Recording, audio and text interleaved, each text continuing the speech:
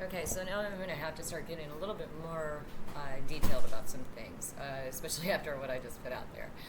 Um, so, we'll start by just saying that at this point, I'm doing this from the perspective of I really don't have anything left as far as I see it to lose. I really don't have anything to lose, literally.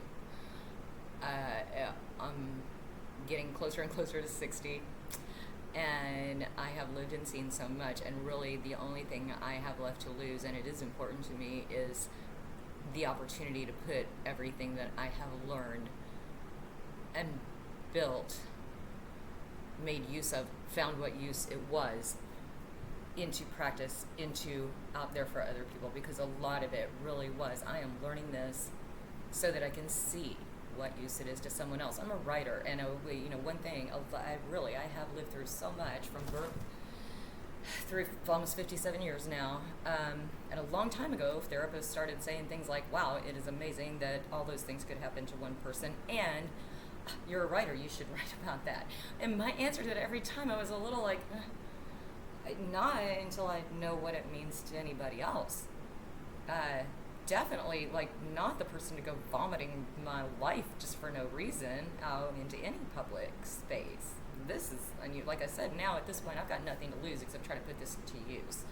I don't care really what you know about because I know all about my trauma now. I can tell you about it and hope you learn something. Really, hope you get something out of it, because I've gotten my use out of that, and all I can see now is a lot of where it needs to be put. If I get stopped from that, yeah, there is injustice, but that may happen. And maybe that's something that only I will know if you people know what I'm on a path to, and really, it's just the next version of I'm going to show you, I'm going to prove how not scary it is to do the things you're all terrified of. How not scary it is seriously to say white people in America are doing this shit, and we are shoving it off to the side and acting like we're not, and we're ignoring stuff, and we're making everyone inured to the damage we're doing. And I'm going to go look at it, and I'm going to go confront some of the people that we've done damage to. Seriously. And I'm not going to get all into that. I've met a lot of migrants. I've started meeting immigrants when I was a little kid. I also started meeting people from urban environments, black kids who got scholarshiped in and things like that. Again, those new kids were always my friends. 7 schools in 12 years. More than anybody else, those were my people. And so, yeah, when we start putting people in warehouses and not talking about it, I want to know more. And when we start talking about how we're going to be replaced if we acknowledge what we've done, we might be replaced if we don't. But just to prove that it's not going to kill anyone. It's not that hard. It's actually that's the healing part. That's all I want to do. But there's a lot of breakdown of what this narcissism and this systemic thing, and I just kind of busted it out a minute ago, and I'm going to have to do the legwork to explain how I got there, probably, and I'm happy to answer any questions if anybody ever pays attention. But it does have to do with, at this point, yeah, I don't have anything to lose. I have had to survive a complete takedown at the end of the pandemic, going on a year anniversary, and I had to do it all by myself. I've caused further damage to a disabled body doing it because the systems are not there for us, and I've pointed that out. If you're a unicorn, if you're something they can really dig their teeth in, yes, they will take all kinds of care of you. But if you're one of the victimized, if you're one of the traumatized, there are a gazillion of us, and they're sick of us. And that's for real. I mean, even in the medical industry, that's why literally I cannot get anyone to just focus on a nerve damaged foot that I do not know if there's infection in right now. I don't know how bad it is, but I know I've got pain in places that it feels dangerous, very dangerous to me, and I'm researching it because I'm a researcher, and what I can find out I don't like, I can't get them to focus away from all the extraneous stuff. Yes, I've got trauma. Yes, I've got other things that need to be addressed, but you don't need to. I've got that covered because y'all didn't. This leg. So even the medical system, because I'm depending on Medicare, I'm disabled. They I bet there are places that won't take me unless I have pay more for supplemental insurance. Yeah. Medicare's already been privatized. And there is a guy, again, look up Oak Street Health. This guy is bilking Medicare right out in the open, saying he's doing it. Look up the second highest paid CEO in the world, next to Elon Musk. Just look up that headline and then see the guy. That's what he's doing. So proud of himself for taking care of everyone on Medicare. These systems are all in place to control a population that is really like teetering between like submissive and towing the line and fighting back. They don't want you fighting back. That's why I warn against this mental health system and people like us going into it. Because let me give you a couple of examples of this. Because this is important to know, and I did say I'm gonna give you the worst, the vulnerabilities, the things that have happened to me, and it's not for purpose of anybody to feel bad for me. Everything I did, I made hay out of. So as best I could, and that's why I say when I go looking for help and see what's there, knowing how far I had to get to go need the help, I'm not going to take anybody's place there. I know already how hard it is. I'm not going to take that place unless I really think somebody can help me. I'm getting there and I'm getting shut down like that. Makes me wonder what they're doing to other people, but I don't have to wonder. I mentioned something in the short little video I did about do not listen to a narcissist telling you to go into therapy. Not your job. Here's what happened. Briefly, in 2019, mid-2019, I guess, the end of summer, I had gone to Mexico to volunteer. I was down there for a little over a month. In the first week I was down there, I'd left my car in San Diego in front of someone's house who knew me, but who also after this happened, I was like, never was there, just forget about it. Because seriously, this person saw a tow truck company and police break the windows in my car and then tow it to the tow lot, both. Terrified her that she'd seen it and might somehow get called in. And I was like, no, they're not going to do anything for me anyway. It was an old car. All my shit got stolen. No big deal. It happens to people every day, but no way am I going to get you in the middle of having to talk about it. Not near that border. That's all I'm going to say. So at that moment, I really had nowhere else to go. And I wound up spending, I guess about just a little over 3 months in a homeless shelter in that environment in San Diego. And like I said, I made hay of it. I ended up with a job out of it, but I've been to culinary school. I've got my culinary education, but they had this program, and I'm like, I'm going to go in there just for something to do at first, but I want to see what's really going on here. And man, did I see what one of the big players in homelessness in San Diego. I saw how they were just taking all the spoils for themselves in a massive way and then stashing people in warehouses. And, doing whatever they could do if it was convenient for them. But otherwise, it is way more of a racket than you realize. Yeah, I saw that. I saw their culinary program being literally nothing more than a catering service for their donor events and their orientations, because all those people need to be convinced that we're doing the good work, and the way to convince them of that is with a lot of good food and treating them like royalty. Maybe they get the impression that that's what they're doing for the residents too. I'm sure it is. No, through that I saw things like big boxes of aged Parmesan cheese, wedges of Parmigiano Reggiano. They went to catering, never to the residency. I was in all those kitchens. So, patty pan squash, where do you think that went? I mean, people would donate this crazy good food, and there were people who knew what to do with it. But mostly what this culinary school was, this is the rub. The curriculum looks like you're really going to learn stuff that's going to get you a job. What they're all in there doing is making wraps and putting little cookie pellets on trays and putting them in the oven, stuff like that, and they're not learning anything. Maybe how to make chicken salad. Really, how to throw a tossed salad together with some dressing. really, these catering events are no big deal. And then when the ones they do, I said, watch this. I went to one in somebody's home, which was, oh my God, insane. That this person's home in the first place. But then they've got these residents, they want them to go out and, you're going to go out and, if somebody wants to ask you questions, of course, tell them all about your experience and positive, and all this stuff. They really want you to put on the show, be the server. They still don't know what they're doing in the kitchen. I just sat and watched them entrust somebody with cooking, sauteing shrimp, which is something you really need to know how to do. And first of all, you need to know that pan needs to be hot. No one even bothered. So that's how crazy it is. You're not getting anything out of it. And then I got into their corporate offices. So, oh my God. They've got corporate offices. They've got penthouses with TVs and bars and beautiful views and all this stuff, again, for the donors.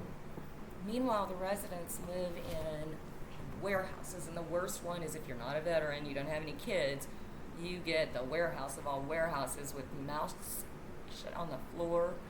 Just caked, mouse crap on the floor, rat crap, all just caked on the floors. The air's recirculated in there. Rarely is there a window open or anything, and it is just a big warehouse. Things are broken, lights are, water's leaking, and the staff is abusive. And guess who the cleaning crew is? The residents. Like once a week, once every 2 weeks, they feel like lock you in that place, make you pull out your beds, or they get the guy and come pull out your beds, and they make you try to clean that nasty floor that's been like that forever. That's their, otherwise they've got no cleaning crew coming in and out of there. That's how gross it is. Within that environment, two people where it really stood out to me. One, this just shook me right down to my core. This woman who said to me, she was older than I was, probably by a fair amount, maybe 10 years or so. Very small, smaller than me, very slight, black. Looked like she'd been ravaged by some malnutrition, probably drugs, and again, homelessness causes drug use, not the other way around. So much we don't know, don't understand. But I was simply just talking to her about how things were going and everything, and you hear this way too much. Oh, and thank goodness for them. I don't know where we'd be. And I said, you don't need to thank anyone for, this is gross. Nobody should have to live like this. Nobody deserves this to be their home. You deserve better. And her answer was, but look what we do to ourselves. We need that. That's someone who's been pressed down so hard by a narcissist that they have given up their agency. It shook me so hard, I almost couldn't answer her. But I did. I found my voice and I said, you did not do this to yourself. You were born whole and someone did this to you, and it wasn't fair. And this is not something you deserve, nor even need. I wish this isn't what they were doing to us, not for us. You were born whole. She kind of didn't know what to do with that, and I understand. All I could really do is ask her, can I give you a hug? And I'm not a big hugger, but I know when somebody just needs to be held on to. That was the hardest thing, to see that woman standing straight but still saying, look what we do to ourselves. No, you weren't born that way. You didn't do that to you. And the other is a young woman, again black. I will tell you, boy, in San Diego, in California, where they like to call everyone racist, I have heard more from the black people who do not have community and money. They're the ones who would tell you the most truth about that. This Nadia, she became my dearest friend of my time in San Diego. And I didn't spend a lot of time in San Diego. I spent more in Mexico. San Diego's nasty. Nadia is still my dearest friend. She will never leave my heart. We became so close.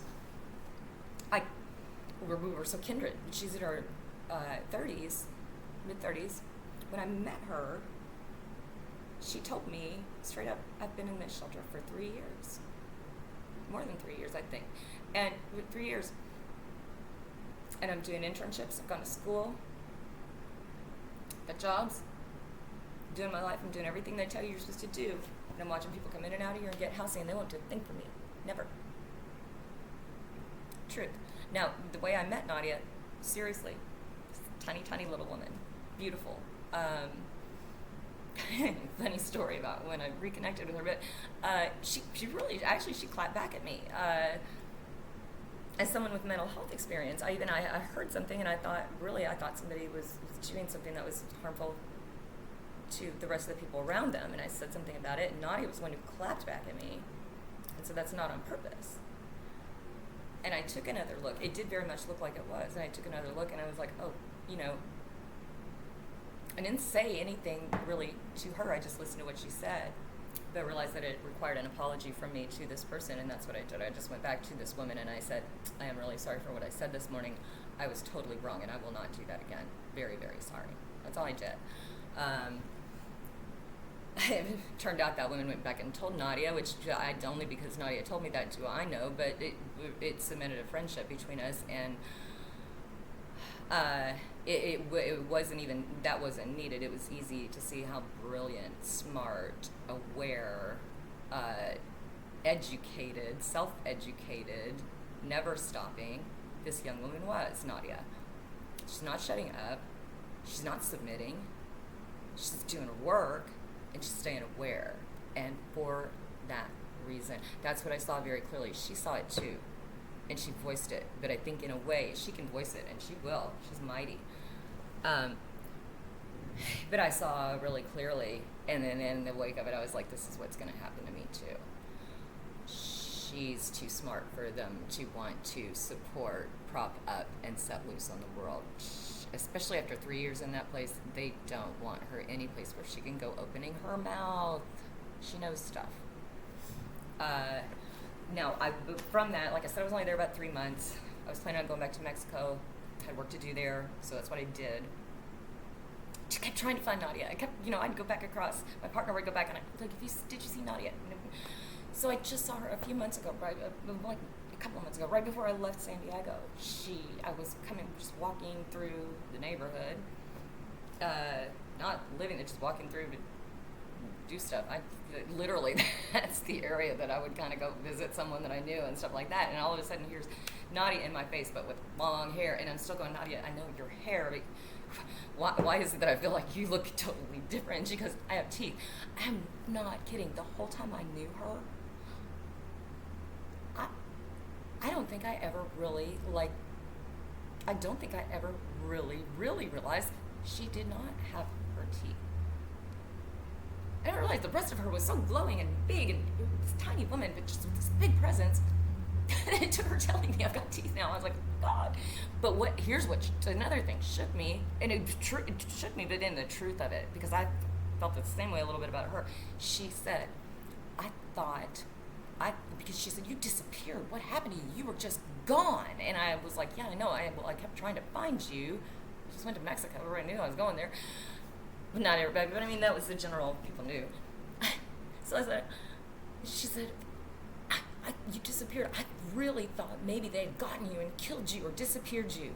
A lot of us did. We thought they had gotten you and disappeared you. I thought you were dead. And the thing is, I understood the truth of that, the realness of that so much. And I was like, Nadia, I kind of thought the same thing about you when we kept coming over and you were the one person I never saw. And yeah, I mean, we're laughing about it too. She laughed. She was like, yeah, I just moved them over here now or whatever. But the thing is, because I was, well, what are you doing now? You're not still over there. She said, no, I had to get out myself. I'm busting my ass 24/7. I can't afford it. I couldn't afford it, but I had to do it myself. And I mean, she's so independent. She's had a guy this whole time. She's been in a relationship with this guy. She's not letting him bail her out. I'm not sure he wants to either, but they're separate units, moving their own way, moving together, and it works. 4 or 5 years now at least. But that's how strong and independent she is, and I'm telling you, we are the ones they want to shut down. They don't want us. This is where I can start telling my part of it, because really in that moment I realized with Nadia there, we are both serious about this. We are serious about the knowledge that we're collecting and how much they want to they don't want us able to speak that, to the point that we actually both thought that in some way they had destroyed us, one of us, both of us, each other. That's pretty scary. And I'm realizing the further implications of that as I go into a system and thinking that I'm helping them out by saying, oh, I have experience and education in mental health, and I'm a former caseworker. I've done in these environments, harsh environments. So I don't really need to be a whole lot of work for you, but I do. If I'm showing up here, I need the help. What I'm realizing is as soon as I say caseworker, research, that's where it goes sideways, and they don't want that person in their space. So I'll do a second one about that because that's a whole other issue, but it bounces off of that Nadia, that conversation and everything that happened with Nadia. So part 2 is coming. Peace.